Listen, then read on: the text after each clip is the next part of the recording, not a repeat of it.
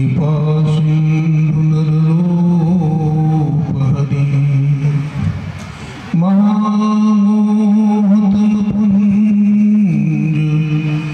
जासु वचन रविकर निकर धन्य धन्य सद्गुरु सुखदा महिमा कहीं न जाए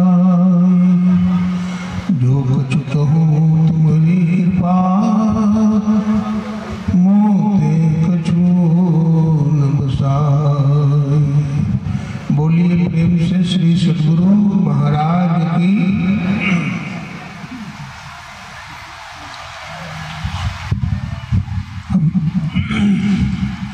अव्यक्त रूप में अनंत श्री विभूषित परमाराध्य ब्रह्मलीन गुरुदेव के त्रैलोक पावन पाद पद्मों में कोटि कोटि नमन। मंच पर विराजमान पूज्यपाद गुरु सेवी भगीरथ दास जी महाराज तथा पूज्य स्वामी प्रमोद जी महाराज के चरण कमलों में कोटि कोटि नमन करते हैं, प्रणाम करते हैं। तीर्थों को भी पावन करने वाले मुद मंगल में साधु समाज, सत्संग प्रेमी सज्जनों, भक्तिमती माताओं बहनों, सबको नमन करते हैं, प्रणाम करते हैं।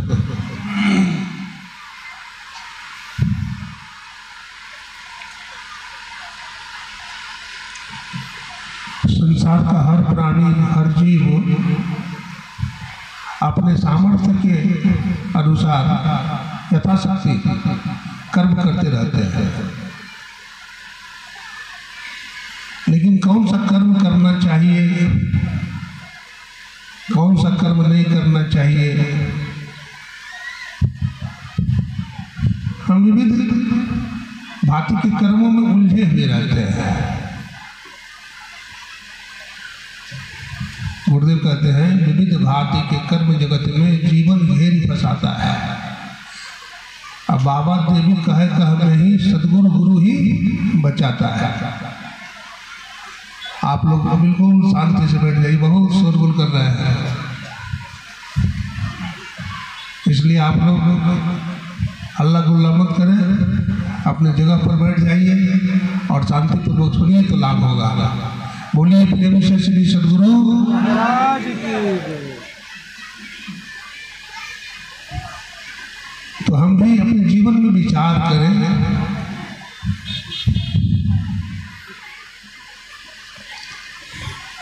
हमारे वेद में आया है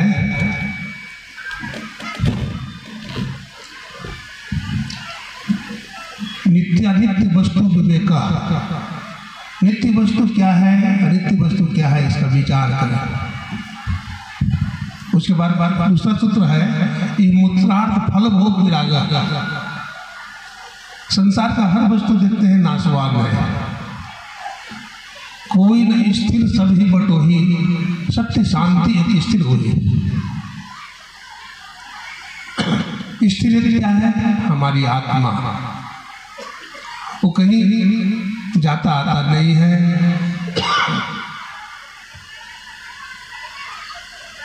वही नित्य है। भगवान महावीर ने कहा आत्मानम विद्धि, अपनी आत्मा को जानिए। और ग्रंथ पाठ में सुन रहे थे मानस से, जो परलोक यहाँ सुख चाहो, सुनो मम वचन हृदय दृढ़ कहो। भगवान कहते हैं हमारे वचन को हृदय में धारण करो,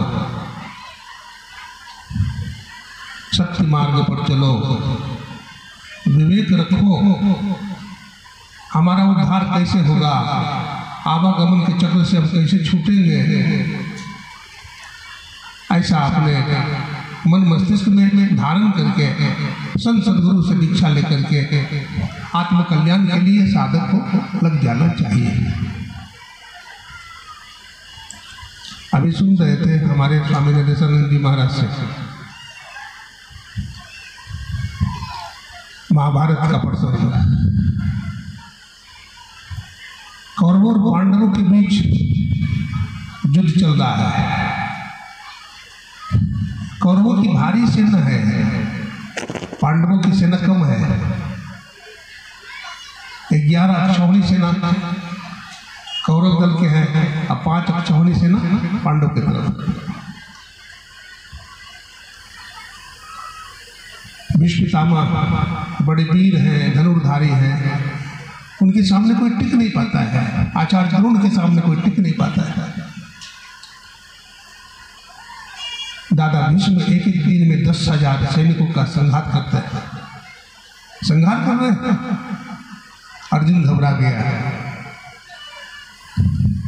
दादा भीष्म ने इतना बाण चलाया, अग्नि बाण चलाया। बतलाते हैं रास्ते में आग लग गई अग्नि बाण के प्रहार से। कई बाण अर्जुन के भी लगे और अर्जुन के शरीर से खून के फव्वारे निकलने लगे। अर्जुन ने कहा, हे केशव, हे गोविंद, मैं हार जाऊंगा। मैं हार जाऊंगा तो आप क्या करोगे? भगवान कृष्ण ने कहा, मेरे प्यारे अर्जुन, तू नहीं हारेगा। अब मैं हार जाऊंगा तो क्या करोगे केशव? भगवान ने कहा, हे अर्जुन, तुम हारने लगोगे ना तो मैं धरती को अपने हथेली पर उठा लूंगा, धरती को पलट दूंगा और देख मेरा सुदर्शन चक्र से ढक दूंगा। प्रबल प्रेम के पाले पड़कर प्रभु को नियम बदलते देखा, खुद का मान टले टल जाए पर भक्त का मान न टलते देखा। गोकुल के गोरस पे 100 बार मचलते देखा, प्रबल प्रेम के पाले पड़कर प्रभु को नियम बदलते देखा। हम ऐसा कर्म करें, हम धर्म पर चले, हम सत्य पर चले कि भगवान भी अपनी मनोदशा को बदल दे। हम उन्हें अपने तरफ खींचे, लेकिन इष्ट तभी खींचेंगे जब हम सत्य धर्म पर चलेंगे। हम अपने इष्ट को प्रसन्न करेंगे, वरना वो हम पर खुश नहीं हो सकते हैं।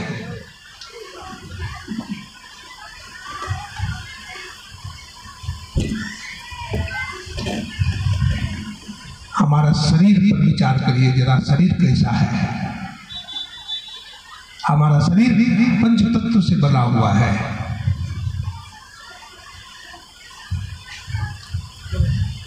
और इस शरीर में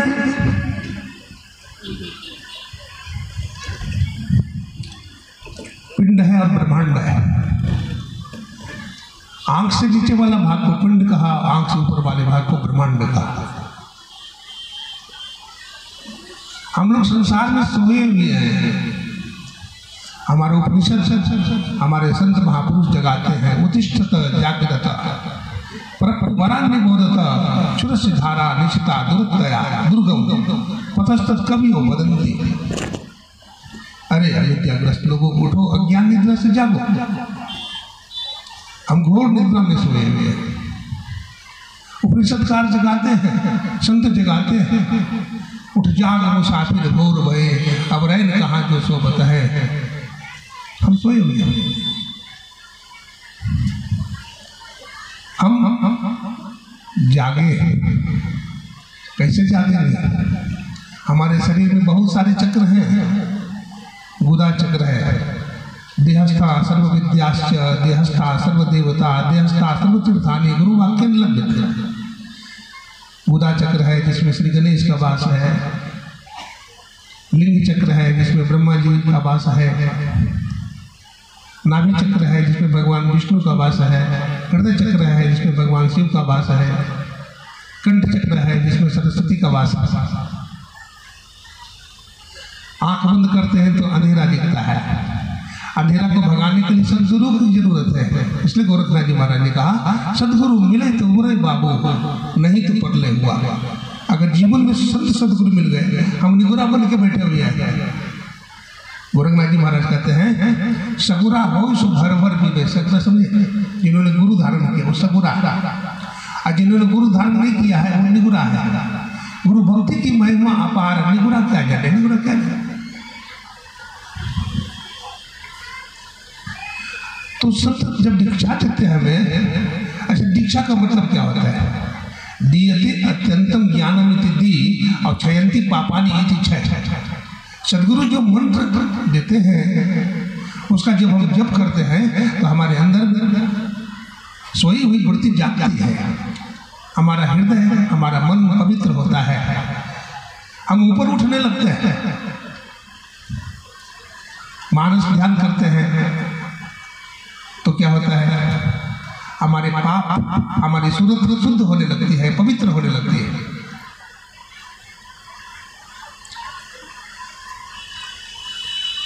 नौदर धावे ताकत रहाए, दसवां निजघर बसा पाए। 9 दरवाजे में थक जाएंगे। हम लोग कितना काम करते हैं, सुबह से रात्रि तक काम करते रहते हैं, थक जाते हैं। पंछी को देखे हैं, पंछी भी दाना के लिए इधर से उधर भटकते रहता है, और दाना चुग करके जब अपने घोंसला में चली जाती है तो खुद खाती है और अपने बच्चों को भी खिलाती है। ये 10वां द्वार है, मंडल है। प्रकाश मंडल तजी शब्द समावय, अचल अमर घर पावय हो रामा। गुरुदेव कहते हैं प्रकाश मंडल के बाद आप शब्द मंडल में जाते हैं, अनेक किस्म के शब्द को सुनते हैं जिसको अनहद नाद कहते हैं। जब से अनहद घोर सुनी, इंद्रिय थकित गलित मन हुआ, आशा सकल भुनी। जब से अनहद घोर सुनी, तो अनहद शब्द बदलते रहता है। अभी शहनाई की आवाज़ सुन रहे हैं, फिर अभी बांसुरी की आवाज़ सुन रहे हैं। इस तरह से शब्द बदलते रहता है, लेकिन बदलते छोड़ते एक शब्द रह जाता है, उसी को सार शब्द कहा।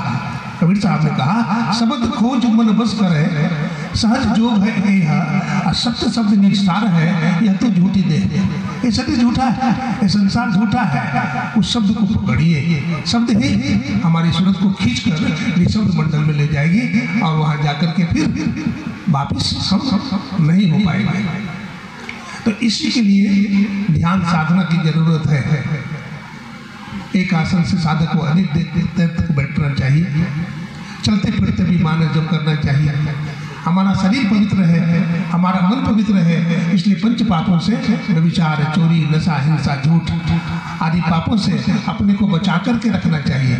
देखिए जो सत्संग कराने वाले हैं, हमारे यहाँ के मंत्री महोदय हैं, अवधेश बाबू, हमारे मुखिया जी, हमारे पैक्स साहब, अध्यक्ष जी, सब बैठे हुए हैं, और ग्रामीण जनता भी है। चंदा चिठा करके आपने पंडाल बनाया, कितना खर्च होता है। आप बहुत अच्छा काम करते हैं, इससे हमारा समाज का विकास होगा, हमारा देश का विकास होगा, हमें आध्यात्मिक ज्ञान मिलेगा। अध्यात्म ज्ञान मिलना बहुत जरूरी है। मानव का जीवन केवल खाना सोना नहीं है। स्वामी विवेकानंद जी ने शिकागो के धर्म सम्मेलन में कहा है, अमेरिका के लोगों, जब स्वामी जी अमेरिका गए, वहाँ बहुत धन दिया लोगों ने, उनके प्रवचन से बड़े खुश थे लोग। स्वामी जी की विदाई होने लगी, स्वामी जी ने स्वर्ग की बात कही, ब्रह्मलोक की बात सुनाई, लेकिन कहा लोगों ने कि स्वामी जी आप तो गरीब देश से आए हैं, आपका देश तो गुलाम है, आप गुलाम देश के आदमी हैं, आपको मैंने इतना धन दिया, लेकिन आपने मुझे क्या दिया है?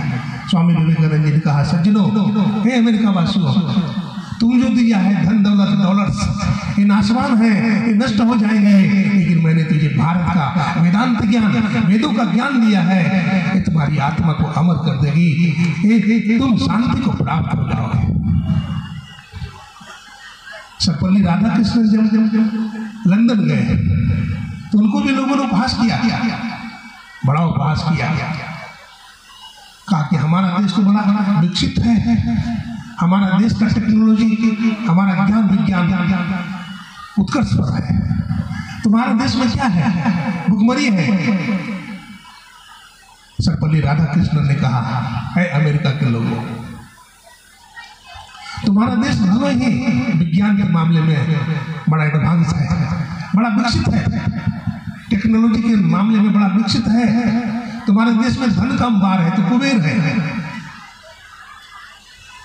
तुम पंछी की भांति आसमान में उड़ना सीख लिए हो, तुम मछली की तरह जल में तैरना सीख लिए हो, लेकिन तुम इंसान की तरह धरती पर चलना नहीं सीखे हो। धरती पर चलना हमारे भारत के संतों ने सीखा है।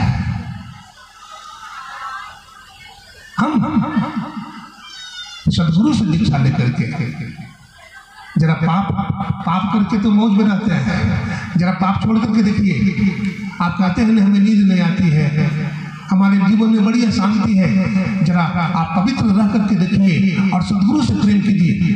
आप दुनिया से प्रेम करते हैं, आप उस मालिक से प्रेम नहीं करते हैं जिनसे प्रेम करने से आपका जीवन का सब दुख दूर हो सकता है।